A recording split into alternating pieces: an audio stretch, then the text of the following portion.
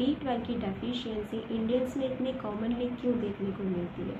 तो B12 की deficiency होने के कुछ रीजंस हैं, जिसमें से पहला है या तो आप डाइटरी सोर्सेज में से कम ले रहे हो, दूसरा है कि आप डाइटरी सोर्सेज में से तो ठीक से ले रहे हो पर उसका एब्जॉर्प्शन कहीं ना कहीं नहीं हो पा रहा है, एंड तीसरा है कि आपका स्टोरेज डिप्लीट हो रहा है।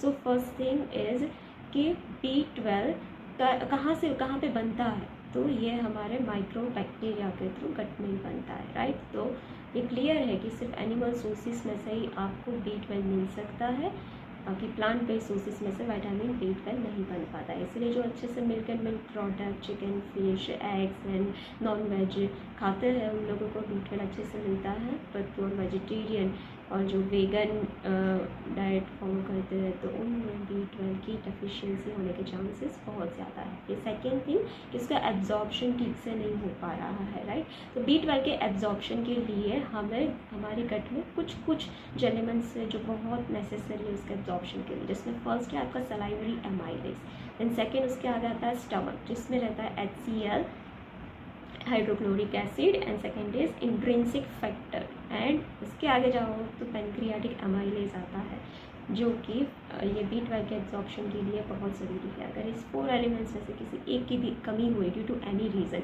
लाइक किसी में माइनर सलाइवरी ग्लैंड में कोई डिसीज़ है या फिर उसका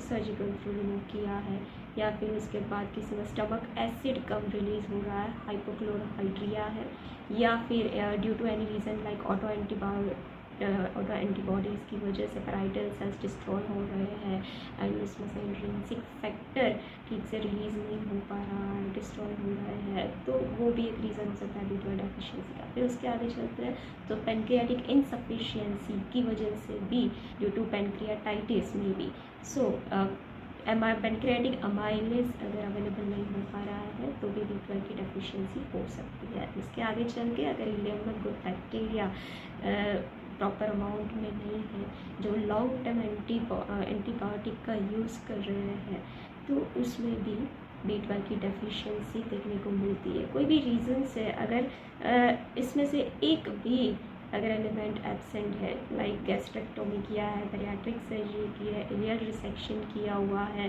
ड्यू टू क्रॉन्स डिजीज़ और एनीथिंग, राइट, तो उन्हें B12 की डेफिशिएंसी देखने को मिलती है। फिर इसके आ गया B12 का स्टोरेज। B12 का स्टोरेज होता है लीवर में, तो अगर किसी को लीवर डिसीज़ है तो भी उसमें B12 की डेफिशिएंसी होने के चांसेस ज़्यादा है। तो अगर आप B12 डेफिशिएंट है तो आपको ये पता करना है कि फॉल्ट कहाँ पे है, तो ये उसका करेक्ट ट्रीटमेंट कर सकते हैं। Thank you, bye.